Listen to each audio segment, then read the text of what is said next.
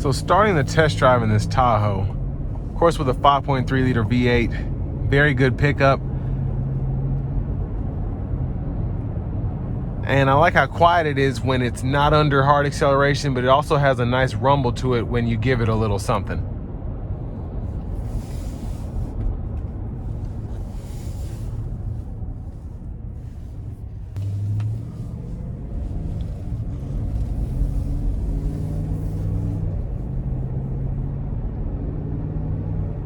And it's very comfortable in the seat here. This one has the comfort package, so no pun intended there, but I love having the heated steering wheel, heated seats.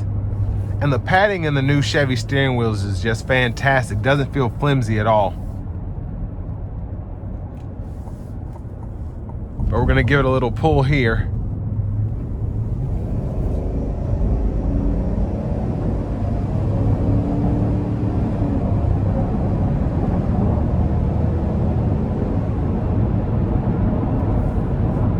So that was giving it very light throttle, and very impressed how it got up to speed. Now on the Tahoes, you do have the option to equip Super Cruise, particularly on the higher trims. But here, just having the adaptive cruise and the lane keeping system, it's pretty nice. And I actually like having the hands-on experience here, just being able to drive this, because it's very easy to maneuver, even though it is large. Now these 22s, you can hear a slight hum, and I mean just a slight hum coming down the road here, but the ride quality is phenomenal. And honestly, I would take the 22s over the hum all day. So rather have that as opposed to less hum on 18s, but that's just my preference. And I like the ride height here. Even though this is a taller vehicle, I still feel like I can drive next to trucks without being overwhelmed. Visibility's still good where the hood is slanted down. And the overall adjustability of the power seats just makes it so whether you're short or extremely tall, you won't have too much issue driving this. I will say, for the price point, I like how this one is equipped. Probably the 22s, they're a tad expensive, but you do get the wheels and the tires for the extra amount you're paying. But I definitely have to have the comfort package. It would kind of depend how the stock 18s looked. If they looked good enough, I might just skip out on the 22s just to save some money. But again, these wheels look fantastic. Now I want to give one more thank you to Chevrolet Buick GMC of Murfreesboro for allowing me to review this Tahoe today. I'll leave a link below in the description. You do get a lifetime powertrain warranty here on this particular Tahoe, or any Tahoe at Chevrolet Buick GMC of Murfreesboro.